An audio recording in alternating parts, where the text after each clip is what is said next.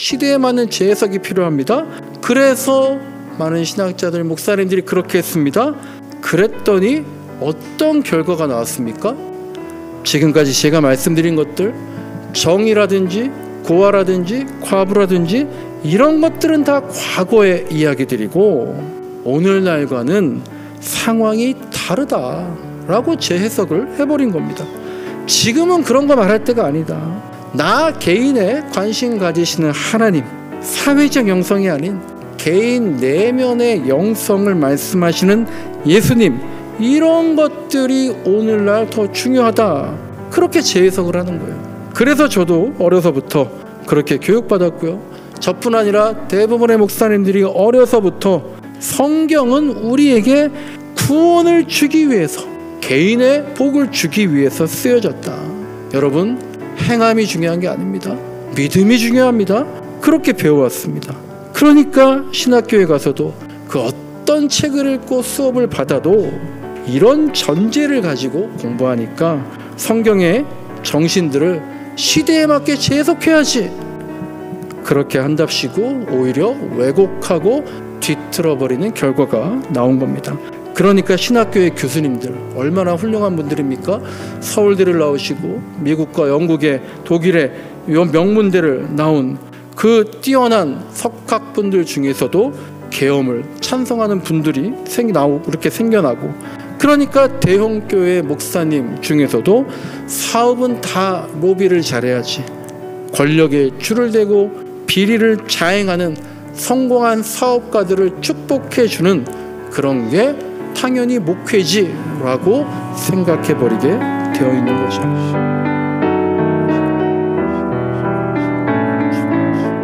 한 달에 한 번은 매일 성경이라는 큐티 책이 있습니다. 그 큐티 책 본문으로 말씀을 나누고 있습니다. 8월에 이 매일 성경이 7월에 요한계시록과 스가랴가 다 비슷하거든요. 그리고 이제 8월에 스가랴서를 보고 있고, 오늘 본문은 스가랴 7장 내용입니다. 제목이 성장에 미친 교회, 성공에 미친 교인이라는 제목으로 오늘 말씀을 나누겠습니다. 지난 주일에 우리 예배 끝나고 이제 식사하면서요, 집사님들이 나누는 말씀들을 들었는데 KBS에서 이런 거 방영했다 그러더라고요. 인재 전쟁이라는 주제로 다큐멘터리 방영한 거 봤냐, 뭐 이제 이런저런 말씀들 나누시더라고요.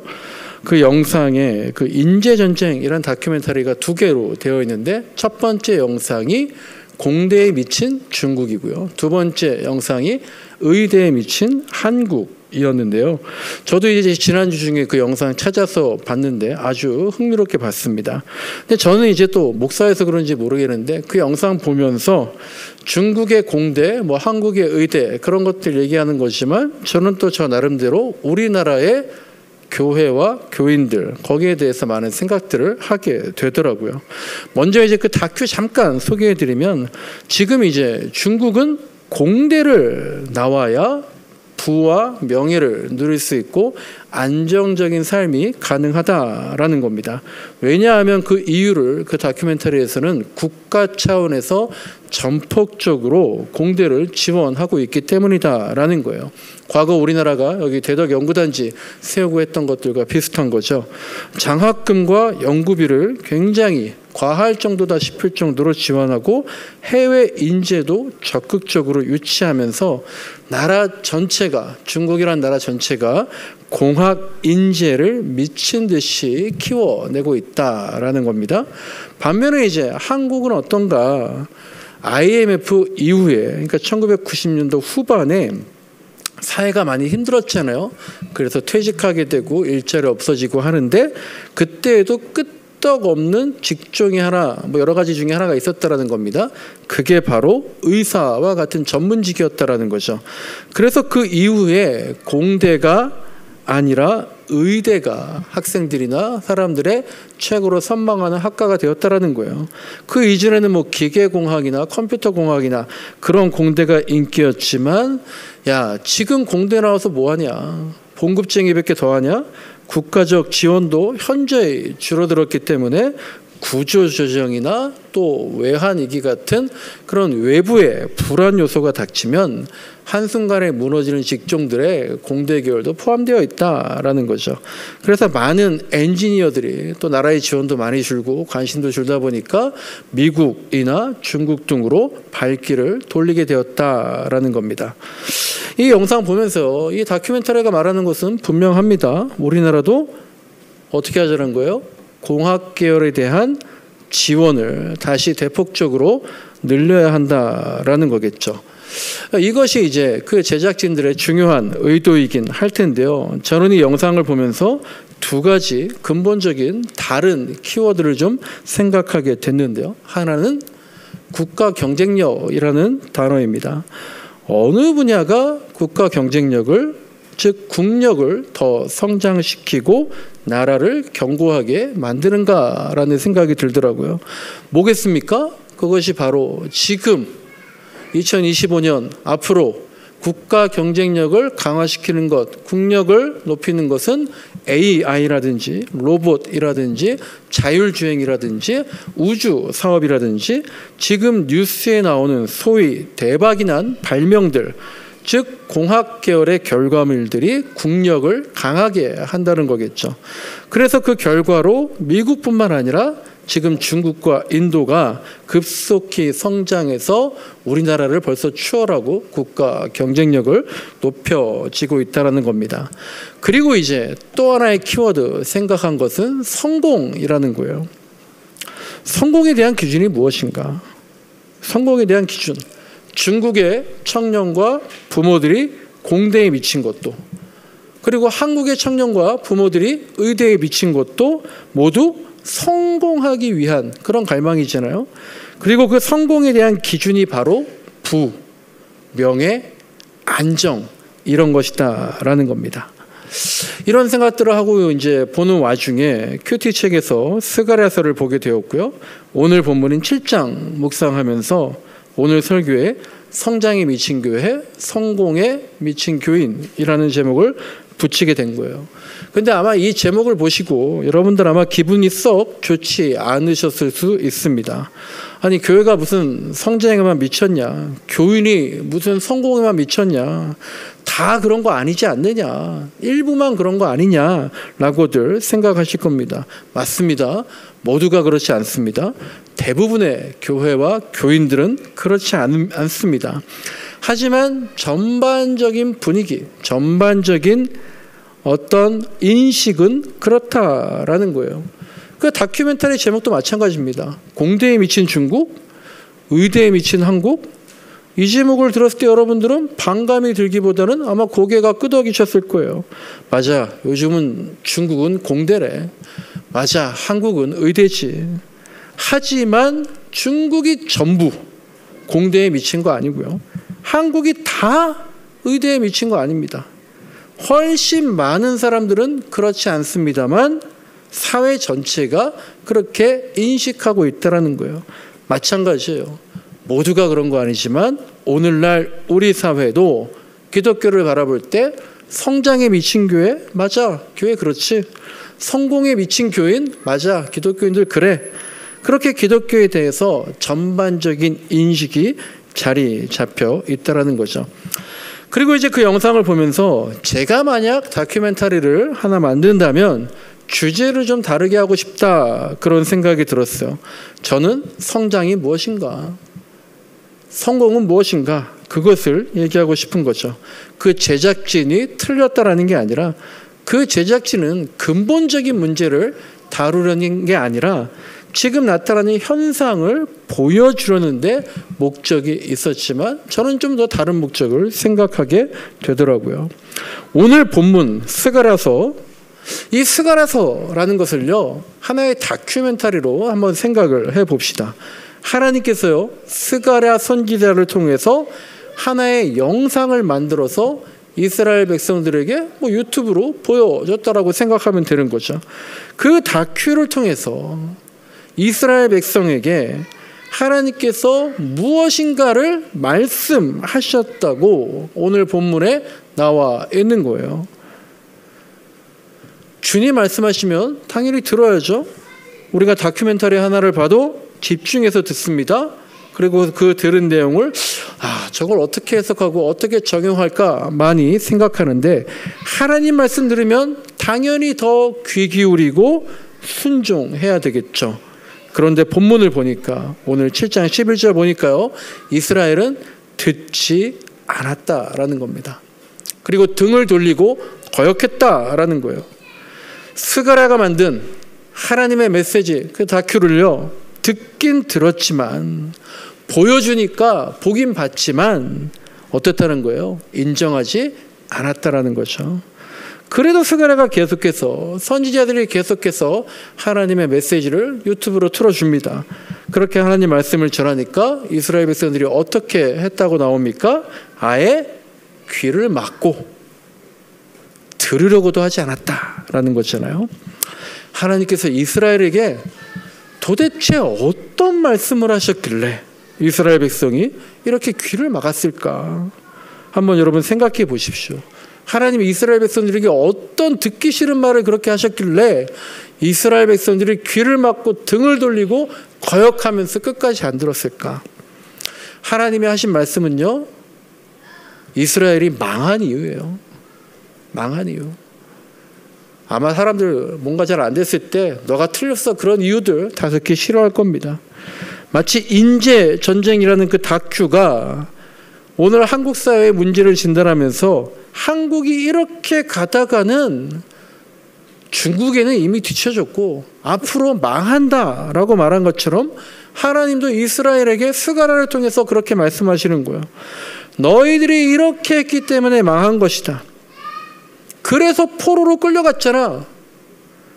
그런데 내가 자비를 베풀어서 다시 데리고 왔는데, 그러니까 너희는 마음을 다잡고 다시는 같은 죄를 반복하지 말아야 돼. 그래야 망하지 않아. 그러니까 내가 지금 하는 이 말을 꼭 지켜라, 이런 내용을 말씀하신 거예요. 하나님께서 이스라엘이 망한 이유를 다시 한번 분명히 말씀하시면서 다시는 그렇게 하지 마, 그렇게 얘기하셨는데 그 내용이 뭐였을까요? 엊그제가 광복절이었습니다. 우리나라가 일본 제국주의 식민지에서 해방된 날이죠. 우리나라는 왜 망했을까요, 그때? 간단합니다. 국력이 약했기 때문입니다. 국가 경쟁력이 없었기 때문이에요. 힘이 없었기 때문에 망했습니다. 이스라엘도 우리나라랑 비슷합니다. 우리나라가 주변 강대국 사이에 둘러싸여 있는 것처럼요. 하지만 아주 작은 나라이지만 지정학적으로 중요한 나라인 것처럼 이스라엘도요, 주변에 이집트, 페르시아, 또 마케도니아, 로마가 그렇게 둘러싸고 있는데요. 그 나라들을 오가려면 이스라엘을 통과해야 돼요. 그런데 이스라엘도 우리나라처럼 힘이 없었어요. 작은 나라였어요. 국력이 약했습니다. 그런데 하나님 말씀하시는 거예요. 너희가 망한 것은 국력이 약했기 때문이 아니다. 다큐멘터리 표현을 빌리자면 공대가 아니라 의대에만 집중해서, 그래서 국가 경쟁력이 떨어져서 망한 것이 아니다라는 거예요. 그렇다면 과연 무엇 때문에 망했는가? 그래서 이걸 꼭 지켜라, 앞으로는 말씀하신 것이 무엇일까? 오늘 본문 바로 위에 스가랴 7장 8절부터 10절 말씀을 보겠습니다. 화면을 한번 띄워주시고요. 이렇게 말했더니 등을 돌리고 거역하더라는 겁니다.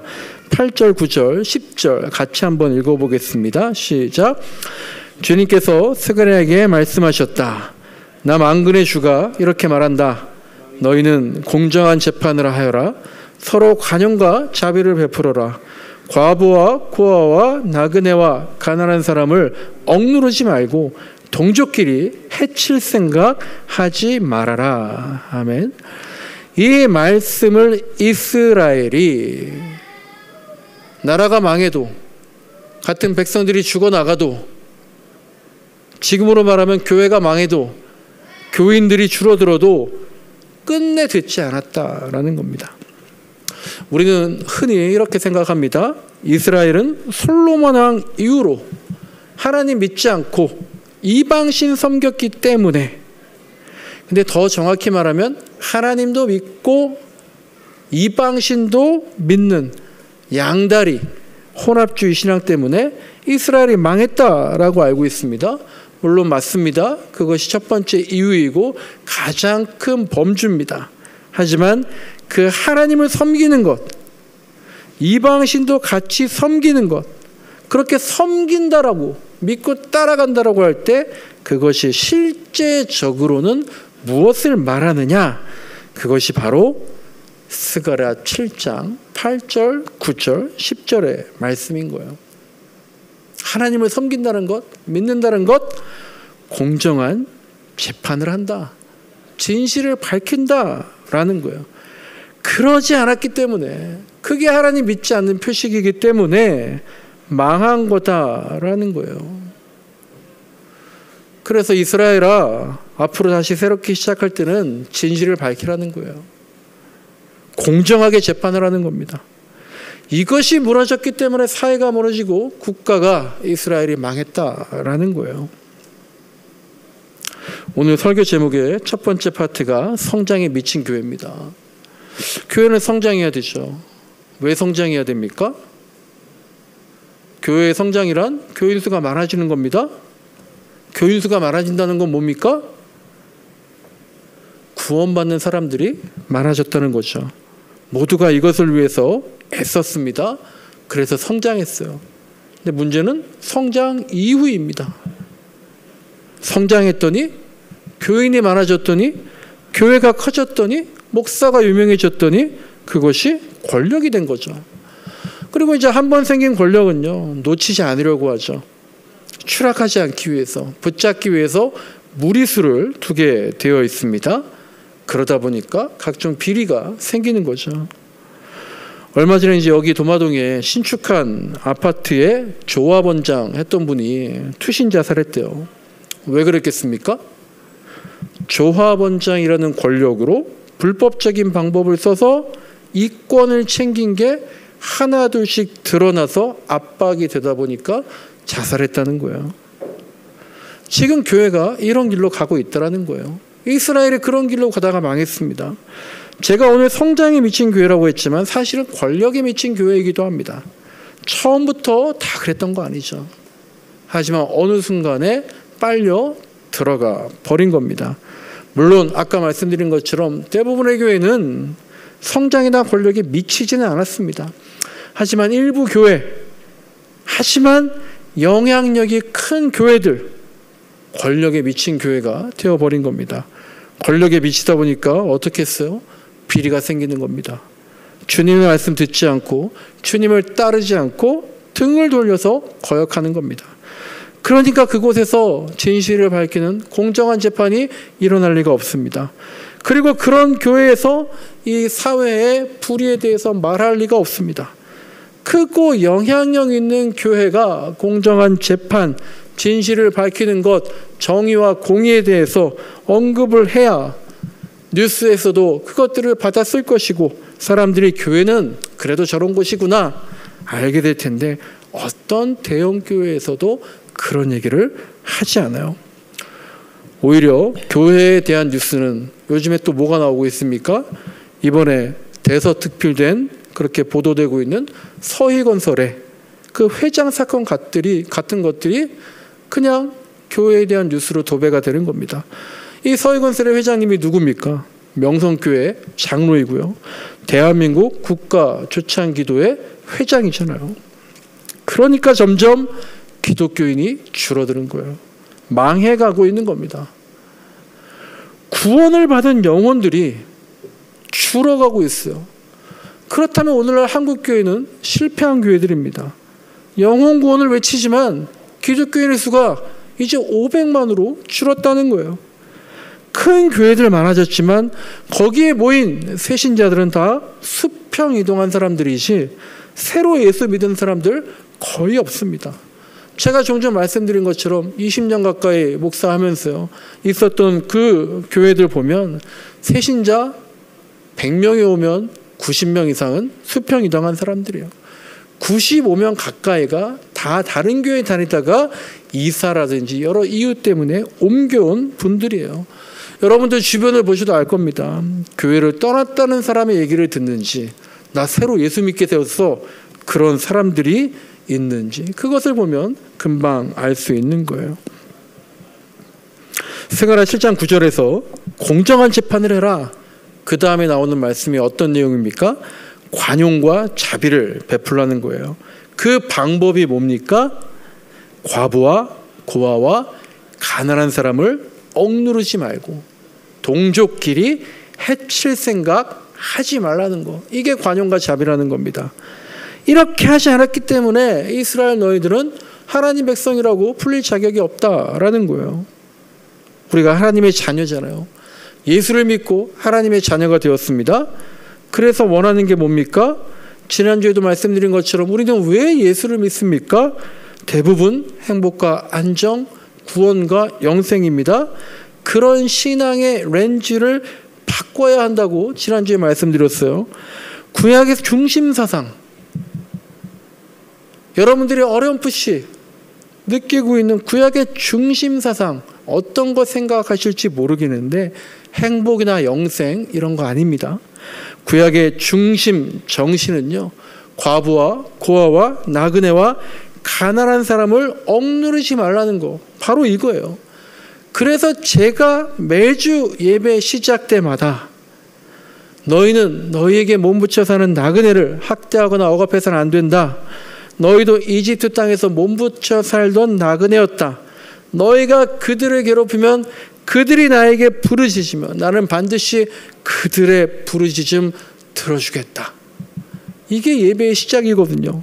이 출애굽기 22장 말씀을 그래서 읽는 겁니다. 그리고 이게 오늘 스가랴 말씀 본문이기도 한 거예요. 그리고 이 말씀은 스가랴에만 있는 게 아니에요. 출애굽기만 있는 게 아닙니다. 출애굽기, 레위기, 신명기, 모세오경에 계속해서 반복되고요. 이사야, 예레미야, 또 에스겔, 아모스, 미가 같은 선지서들 보면 계속해서 반복되는 게 바로 이 내용입니다. 그래서 예수님께서도 이 정신을 이어받으셔서 여기 내 형제 중에 지극히 작은 자 하나에게 한 것이 곧 나에게 한 거다라고 말씀하신 겁니다. 구약에서도 우리가 추구하는 행복이란 거 말하죠. 신명기 10장을 보면은요, 하나님은 우리들의 행복을 원한다라고 했습니다. 그리고 우리가 행복해지기 위해서 하나님의 명령과 규례 지키라고 하십니다. 너희가 행복해지기 위해서 지켜야 될 명령과 규례, 그것이 신명기 10장 12절부터 나와 있어요. 거기에 보면 행복의 길은 너희들의 문제, 행복을 위해서 어려운 일이 있을 때마다, 불편한 일이 있을 때마다, 불안한 일이 있을 때마다, 분노의 일이 있을 때마다, 풀리지 않는 일이 있을 때마다 나에게 기도해라. 이게 아니라요.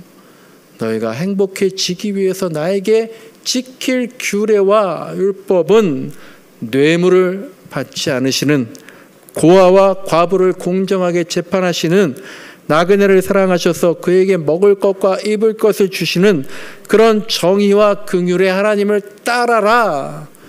그러면 행복하게 될 것이다 라고 말씀하고 계십니다. 오늘 설교의 두 번째 제목이 성공에 미친 교인입니다. 행복에 미쳤다는 거예요. 안정에 미쳤다는 겁니다. 영생에 미쳤다는 겁니다. 그 모든 것이 성경의 정신을 개인화시키고 내면화시킨 1900년대 초반의 신앙의 렌즈를 아직까지도 끼고 성경을 보고 있기 때문에 그런 거예요. 엊그제 이제 교회학교 수련회가 있었잖아요. 수련회 주제가 나를 따르라입니다. 주님을 따르면 어떻게 됩니까? 아마도 복 받는다고 배웠겠죠. 맞습니다. 주님을 따르면 복 받습니다. 근데 신약 성경을 보면 주님을 따르면 어떻게 됩니까? 다 죽거나 죽을 거비를 넘기는 일만 나오는 거예요. 그게 복이라는 겁니다.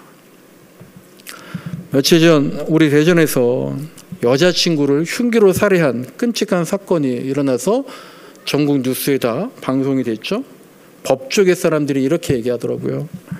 데이트 폭력 같은 게요. 데이트 폭력 같은 것이 아직까지도 법적으로 정의가 안 돼 있대요.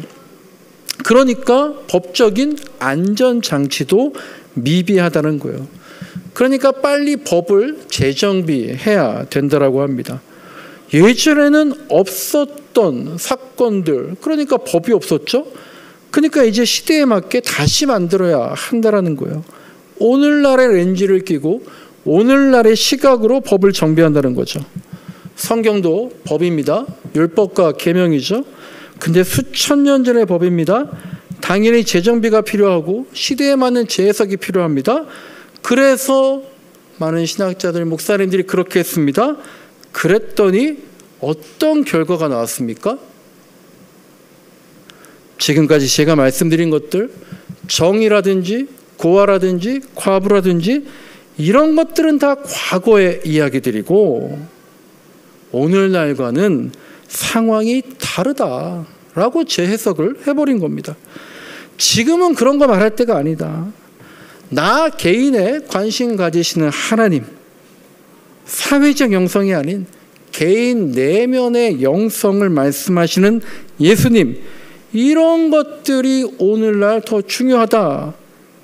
그렇게 재해석을 하는 거예요. 그래서 저도 어려서부터 그렇게 교육받았고요. 저뿐 아니라 대부분의 목사님들이 어려서부터 성경은 우리에게 구원을 주기 위해서, 개인의 복을 주기 위해서 쓰여졌다. 여러분, 행함이 중요한 게 아닙니다. 믿음이 중요합니다. 그렇게 배워왔습니다. 그러니까 신학교에 가서도 그 어떤 책을 읽고 수업을 받아도 이런 전제를 가지고 공부하니까 성경의 정신들을 시대에 맞게 재해석해야지.